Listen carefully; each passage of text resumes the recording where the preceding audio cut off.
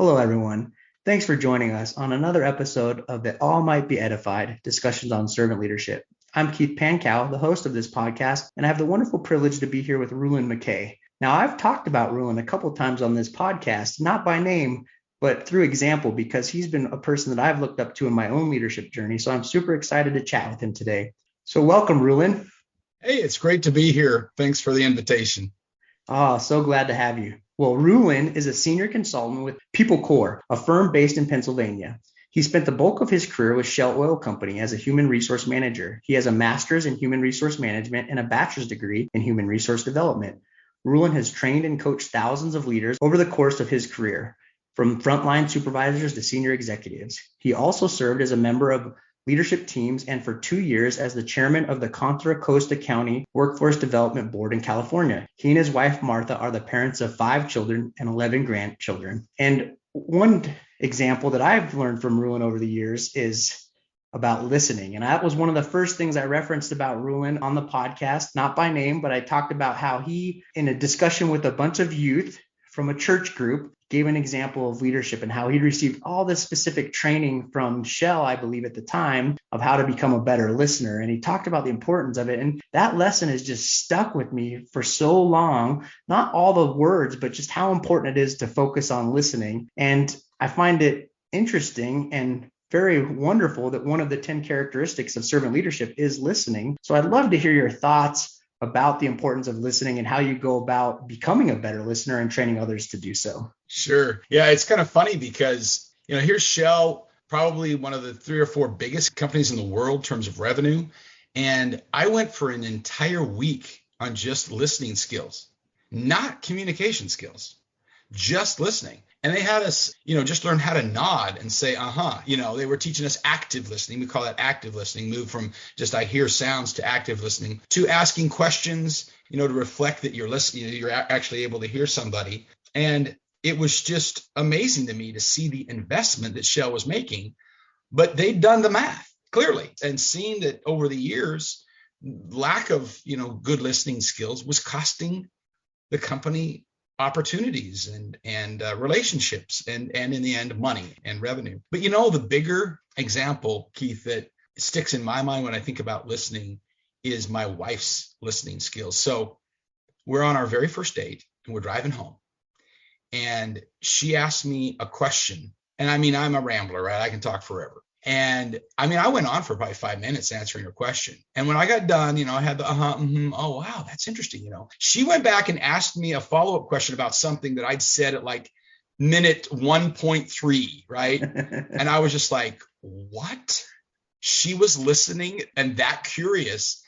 And I kid you not, in that moment, it dawned on me, I could marry this girl. Now, I didn't know, that she was a world champion ballroom dancer. I didn't know she spoke German. I didn't know she was a whiz in math and would wipe out all the engineers at BYU, an elite engineering school. I didn't know all these things she'd accomplished. But at that moment, I was like, wow, man, I could marry this girl. That's the power of listening. That's the power of listening. It changes people's hearts and minds and relationships like almost nothing else can. That's a wonderful thought. And all of us really want to be heard. We want to be seen. And when we feel that we're being heard and we're being seen, it provides a deeper connection. And just what a powerful example of how powerful that principle truly is. Another thing, you're really good at change management. And I think about all the things that are going on in the world right now. You think about the pandemic, this extended crisis that we're all experiencing, the increase in trauma that from an extended crisis and having to live with that. You think about the wider dialogue on social justice and all of the expressions of frustration and angst and fear that we're seeing. And then you think about the rise in natural disasters. And even this morning, we wake up to news of Ukraine in turmoil. And so you think about all of these things and you look at people, and so often people just don't feel that they're being seen or heard. In a lot of these instances, that leads to a greater degree of trauma. So how do you take these principles of change management and really empower people or help them grow to become better versions of themselves? Yeah, it's a great challenge. Just first, a couple of clarification things. Change management is management.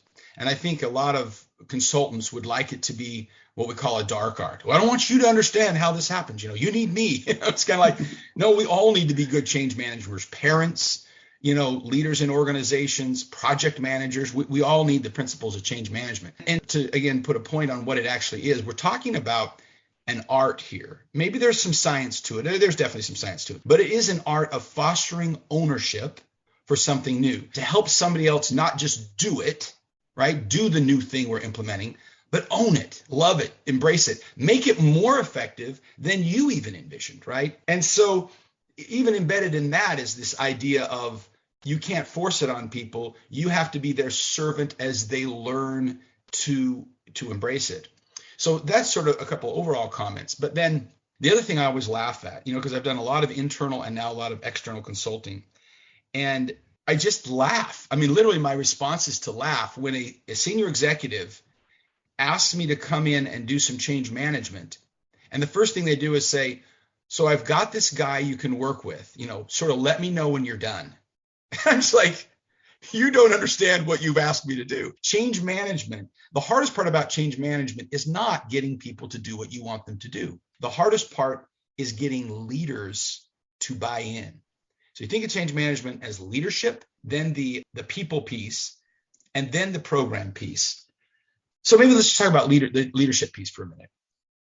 You know what the number one thing leaders need to do in order to have effective change management? It's actually not something they do. It's something that they feel. They have to feel, and get this, dissatisfied. So wait, what do you mean dissatisfied? They have to feel dissatisfied with the current state. If leaders don't feel dissatisfied with where things are today, they're never going to have the energy to see all the effort through to the new state that they've envisioned. They'll just be like, it actually is too hard. Let's just kind of keep doing what we're doing, right?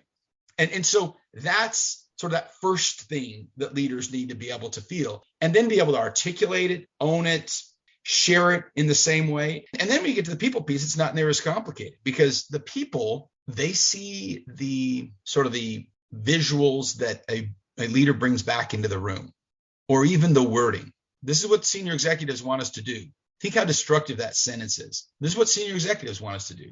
Or this is what they're making us do. I mean, you're not going to convince anybody to adopt that, right? So it's a real challenge to just come back in as a leader and have owned what it is that you want people to do.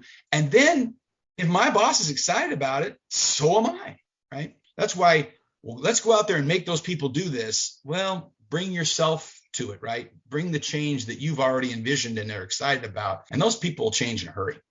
That's some great thoughts. I never thought about the need to be dissatisfied. And that's an interesting concept, like you mentioned. I think a couple of things come to my mind with that is, first, I think going back to the first principle of listening, if you're really working with the people on your team and truly listening to them, I think you might find instances where you can see that everything is not working as good as you think it is as a leader. And that can help lead to understanding why you should be a little bit more dissatisfied with the current state of operations or your organization. And so that, I think there's a natural tie in there, but also it can be kind of exhausting to always try to push yourself to get better and also not feeling accomplished. So looking for reasons to be dissatisfied can be kind of defeating to some people. I naturally have this propensity to always want to do better, to be a better version of myself. And what I've had to remind myself over time is that a lot of people, they don't like change. They prefer a routine, a rhythm. And if something's knocking them out of that, it actually kind of hurts their psyche more than helps it. So how do you take all these concepts and really teach these leaders how to be okay with change, but also okay with being dissatisfied, that helps propel them to becoming better leaders and better versions of themselves? Right. Well, you hit on an important thing, and that is that you might not need to change. You may need to just manage the current state better, right? And one of the ways that you do that is to recognize people for the behavior you wish them to perpetuate. And I like a simple model that says it's the 4 S's, right? Keep your recognition simple, specific, sincere, and spontaneous. If you promise this, gas card out there, if everybody meets their goals and then they don't accomplish the goals, really what you've done is punished them, right? You've mismanaged the current. And then, of course, it's sincere. Obviously, things have to be sincere. It has to be specific. If you say to your people, "Hey, good job, good job, good job," they don't know what you're talking about. You think they do, and they think they do, but they don't. So you need to say, "Good job for getting the report in a day early. It enabled us to make some key changes and submit it with this other information. That made a big difference for our company." What are they going to do in the future? They're not going to just do a good job. They're going to get the reports in a day early because you were specific. See? And so that's how you manage the current state. But if you're managing change, you not only want to listen to your people and see that things aren't going well, but you got to look at data. You got to look at your competition. You've got to be dissatisfied with something concrete, right? Or something that can be articulated in a concrete enough way, even if there's not solid data, to say, here's where we are today. This is A, and this is where we need to be. And it's always a journey. Change management's a journey.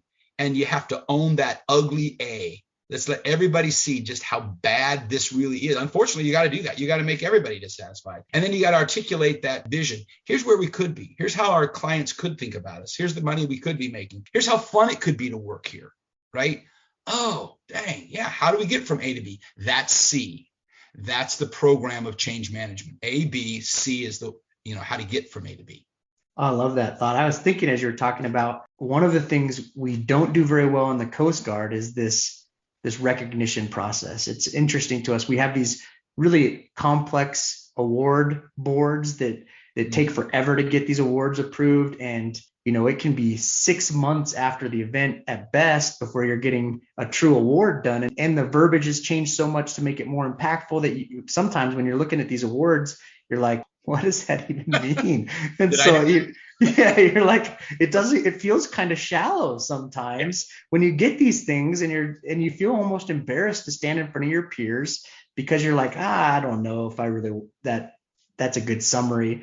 And the other thing I was thinking about kind of that process is that most often it doesn't feel sincere because we have to provide our own input. Yes, I did this amazing. And even our own annual evaluations, a lot of times in the officer world, in the military, we write our own evaluations as a way that they claim is training us to be better writers of other people. But then we just perpetuate this cycle of making everybody write their own. So what are we really learning there? And it just you feel that difference. And then the flip side of that is that every commanding officer in the military, for the most part, and some other people, and a lot of our senior enlisted people have what I talked to you about as we were preparing is these challenge coins.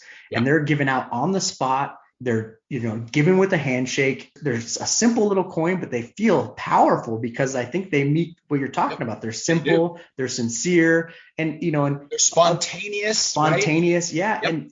And I tell people all the time, at this point in my career, please don't write me an award. I know the amount of hours you're wasting on people, writing that up and reviewing it. I would much prefer to be thanked with a coin or just a great pat on the back than a simple, this complex award system, because it just doesn't feel as good. Yeah, it's so true. And just even, baking a cake because you made it and you went in and you said, guys, I am so, let's say you're rewarding a team and not just an individual. Guys, I am so grateful for what you guys were able to accomplish last night. Look, I made my special, chocolate chip pumpkin bread. I just want you to know I really appreciate it. I mean, that goes in deep.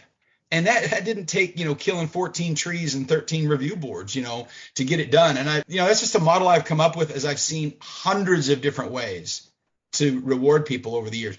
And you know what else? It kind of gets back to the listening thing. It suggests how they feel and that they are sensitive to the effort that they're putting out.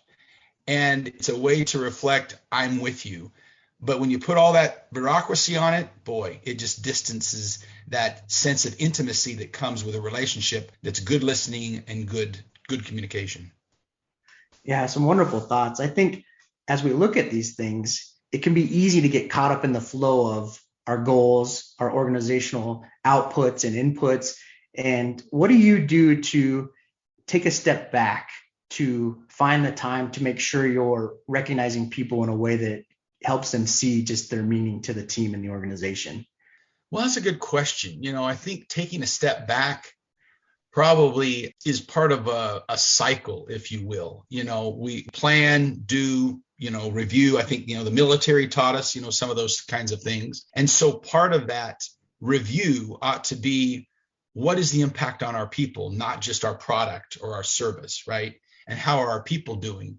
And I think there's little things like bringing the people in to give a presentation and, to the higher ups instead of me taking my team's presentation in or something like that.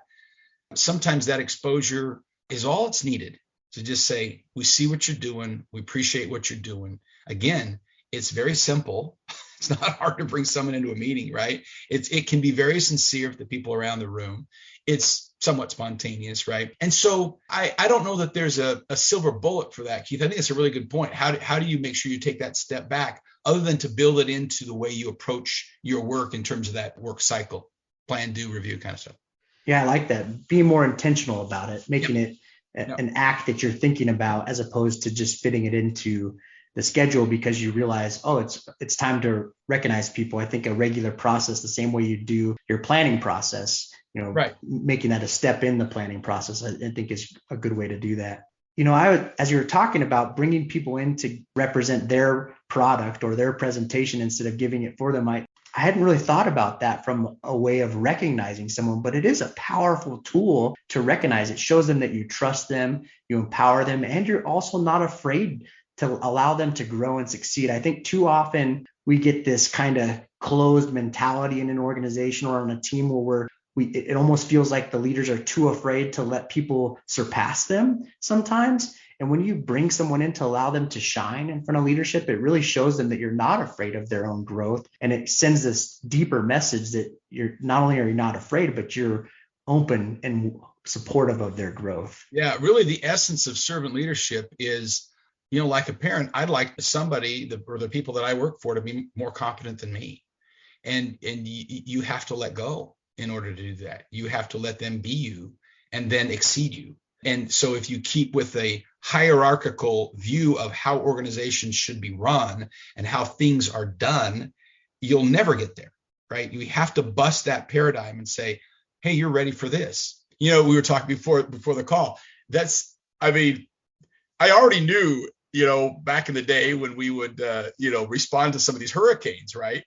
I knew, like, you're trained from the Coast Guard, so I knew you would knock any leadership opportunity out of the ballpark. And just believing and recognizing people's talents really is part of that development process, as opposed to, well, they haven't gone to this training yet, or they haven't taken this step yet, or they're not old enough yet, or they haven't been in this position yet. Separate those things from what this person could actually do as a person, strip all the titles out, and just recognize the tremendous capacity in humans, and then nurture it. That's kind of what leaders do. So bringing people in front of a group to give a presentation, or a group of leaders to give a presentation, is really a small example of all the things we can do to push people to the front and have them let those talents shine. I love that. Recognize the tremendous capacity of humans and then nurture it. That's just a powerful way to put it. Rulon here talked a little bit about some stuff we were talking about as we were preparing to hit record. And one of my early opportunities with kind of volunteering after disasters, as we talked about in last week's episode with Michael Lavoie, one of my earliest opportunities was we'd had some tornadoes in the Louisiana, Alabama area, and then Hurricane Isaac hit. And for Hurricane Isaac, I had some experience as a team member going out and removing trees, tarping roofs, mucking out drywall, doing whatever we can do to make the homeowners have to suffer more from the disaster. We try to alleviate as much of that as we can as unpaid volunteers, and just remove anything we can, being as oftentimes unskilled truly in those fields, but to minimize the cost of repair to the homeowners. So we do quite a bit of great work with it. At Hurricane Isaac, I showed up all by myself to this command center where Rulon was staffing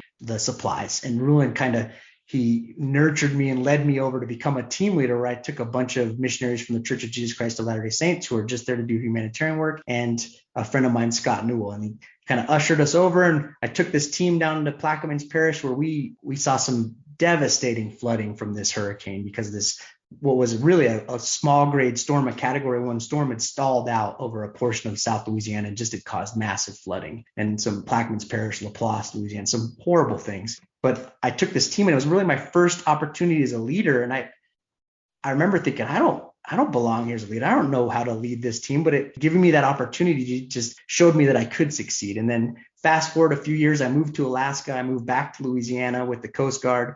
And 2 weeks after moving back, we have the Baton Rouge flooding of 2016, and just a devastating flood event.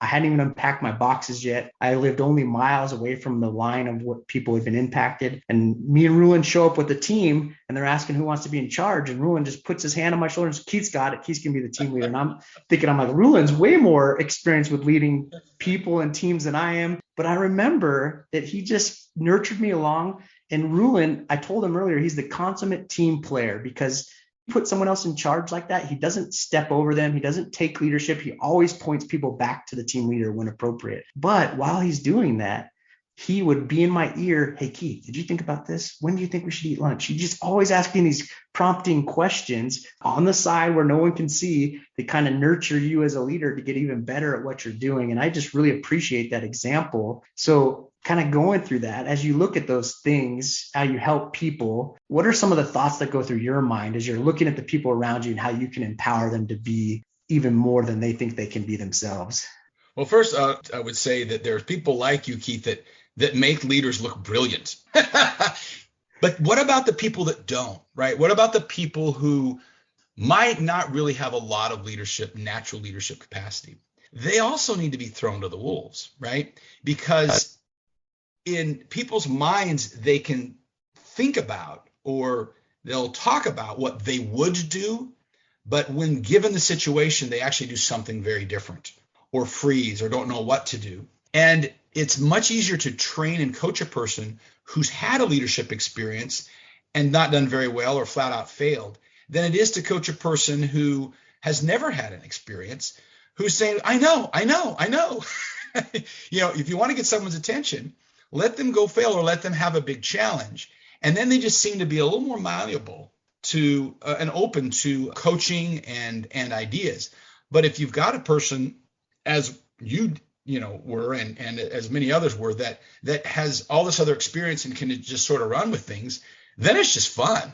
Then you're just asking a question. I probably wasn't asking you, what time we should eat lunch because you needed help. I was hungry. I mean, it was just easy. But to have the desire as a leader, particularly as a servant leader, to say, this person gets a shot, then we're going to do it. We talked about, and we know that my wife and I have the opportunity to go down and serve with some missionaries in Guatemala. And it's going to be on me to decide who becomes a leader of a district or of a zone, larger opportunity. And one of the things that my trainers, because I'm being trained to do this, have talked about is to say, look for obedience. They haven't necessarily talked about look for great leaders, right? So that one function of they're obedient may qualify them enough to say, okay, well, at least they're going to be trying to do the right thing, right? Even though they'll stink at it. As opposed to, well, this person is a real good talker, or this person, everybody likes them because they're handsome or something, right? That we might do in organizations, say, I bet this person can lead. What is that essence of a leadership, that a person needs to have in any organization in order for a person deciding on leadership roles to say, you know what, that's enough. I think I'm going to stick them out there. And that's where I would probably be thinking as a leader, what's enough to give them a chance? I like that thought process. And as you were talking too, when you said maybe you were just hungry and that's why you're asking the question, one thing I remember too, and this is a good lesson for all of us leaders, is that when you empower someone to take over, what I witnessed from Rulon time and time again in many different opportunities to learn from him is that when he empowers someone, he nurtures them along, but he also looks for opportunities to bolster up the team. So he uses all of his experience to kind of go about and not necessarily help people, but to pay attention to who might be struggling or who might need a pat on the back. And then one time in the Baton Rouge flood event, I saw him dedicate significant amount of time to just nurturing to the homeowner. This poor woman had massive amounts of flooding. I think we took the drywall out to 6 feet. It was just a significant amount. And she had a lot of things. She was a collector of things, we'll call her. Some might say excessively, but we'll just say that. And she had a lot of stuff in her house that was all ruined, all water damage. And she was just struggling to decide what to do with it, not to keep it. And I watched Rulon, as I was leading this team, just help her grieve, help her understand, help her manage that loss. And it was powerful to me to see him take the time while so much was going on. And we had, there were hundreds or if not thousands of people that needed help, but I watched him take the time. And that's what I love about servant leadership, is that's what we do. We look at the individuals. What do they need in that moment? What will help them get over the hump? And kind of going back to, Rulon alluded to this missionary service, but he's been called to be a mission president, which he's now going to sacrifice or dedicate 3 years of his life to leading these missionaries in Guatemala. He's leaving a very successful career where he'll make no money other than whatever investments he's probably already done, but he'll walk away from this career to give back.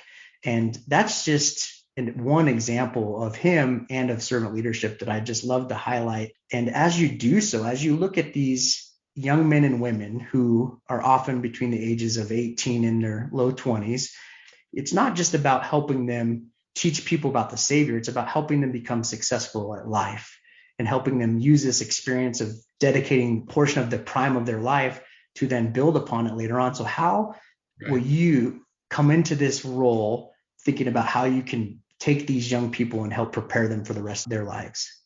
Man, I love that question. And I almost get emotional thinking about it. About 60% of the missionaries we'll work with are from Central America. So, Guatemala, Honduras, and they come from, various backgrounds. It's a poor area of the world. I mean, let's face it. The opportunities that they've had, the outlook on life might be very different from those that are coming from the United States. And you're right. Our success is not in, how many converts are made, but how many lives are changed. And those lives start with our own. My wife and I are extremely excited to just go learn. My wife has been tremendously humbled because she doesn't speak Spanish. I at least got to speak Spanish for 2 years on a mission and taught for a couple of years after I came back from Argentina. But my wife, she started with hola, and she might forget that occasionally. And to just see somebody who's, well, she looks very good, so I would say how old she is. But, just say, okay, I'm going to humble myself and I'm going to go learn and just kind of realize that's what every one of these missionaries is doing. They're humbling themselves. They're taking time out of their life. And we know that the good Lord will bless them. But how can we help them? And I don't know the answer to that question. I am so excited to learn the answer to that question. But I know that, it'll come through inspiration. It'll come through watching them. As you pointed out, sometimes it'll come by not doing what I was scheduled to do that day, but just turning and ministering and, caring for, talking to, listening to, somebody whose arms are hanging down, and find out what I can do or say or what opportunities might be provided for them to better themselves. Because not just in the church, but the world, our hope, our future is in the hands of our youth. And if we don't collectively raise them up as high as we can, we're cutting off our own hands, right? We're cutting off our own old age and our own world. And so it's incumbent upon all of us, whether we're called to be a mission president, over 100 missionaries or so, or a neighbor across the street, to see who it is we're supposed to love and care for and help and be inspired. I mean, I think, whether you believe in God or not, you have seen in your life, whoever you are, and felt and had thoughts occur to you about what you should do. And it's just my belief that you should follow them. It'll richly reward you and those around you. And that's what we all do, no matter where we live. And so I'm just going to do what I should be doing in another country for a few years. Just wonderful. I think we've seen a principle that I'd like to use for my challenge for this episode modeled here in Rulon today. And I also share an experience. I have some very close friends. They're like parents to me that are wrapping up their time as mission president and mission president's companion in the Barranquilla, Colombia mission. And when they were first called, I got a Facebook message from this woman who, kind of like Martha, is an amazing math genius and just smart as a whip, just someone you'd never think was incapable of anything. And I got a message that she shared with just a select group that they'd gotten this call before it was announced. And she was really apprehensive and just asked for prayers and support from all the people close to her. I remember thinking, this is a woman who I would think could do anything. And she was reaching out for help. And Rulon's talked a lot about this being open to learning. And so my challenge this week is think about the behavior you exhibit and how you show people that you're either open to learning or you're closed off from learning. Because I think if you spend time thinking about that, we can all recognize ways that we might limit our learning ability by sometimes pushing others away or making people think that we're not willing to learn. And the more we focus on being willing to learn, the more we'll be exposed to greater opportunities, even in the greatest leadership roles, to become even better leaders. Well, I like to always give the listeners some final thoughts. So the floor is yours to share with all the listeners anything you think important to them. Well, I just want to first thank you. I think this has been helpful for me to just sort of think through some of these principles. I think from the standpoint of change management, which is something that leaders struggle with because they think it's about making people do things, I would just offer that change management is about self-management. Do I know where this organization, even if it's my family or my community, my mission, my company, my government, division, do I know where this organization is today? Am I willing to not go on and say, oh, I think it's actually going to get better tomorrow or next week? I'll bet it. No, where is it today?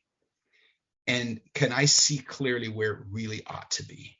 And then can I articulate that in a way that's so simple that people go, oh yeah, no, I agree. And then can I build plans, including, specific assignments and recognition and celebration for milestones along the way to get from A to B? And if I can do that, then I'm as great a leader as, Lee Iacocca or whatever, right? That's how the world changes. People with vision that own however ugly the current state is and can embrace however beautiful the future state is. And then to take that to another level and see that in people. Can I really see who this person is and who they can become? And can I see the one or two things I can ask of them or offer them lovingly and without force that can help them get from A to B? That's where we want to live. That's where the joy in this life comes, and the growth and the blessings for everybody, reside. And of course, my personal belief that God in heaven helps us do that if that's what our sincere desire is. And so that's my thought. Thanks so much, Rulon. It's been wonderful. I have been edified. I hope all you listening have been edified. And thanks for joining us on another episode of the All Might Be Edified discussions on servant leadership. Please share, like, review the podcast, and also visit the blog at www.thatallmightbeedified.com and share your comments, share what you learned, share what you felt. We love to hear from you and share those thoughts. And anyone that you feel is worthy of having their voice amplified, please share them as well. And have a wonderful day.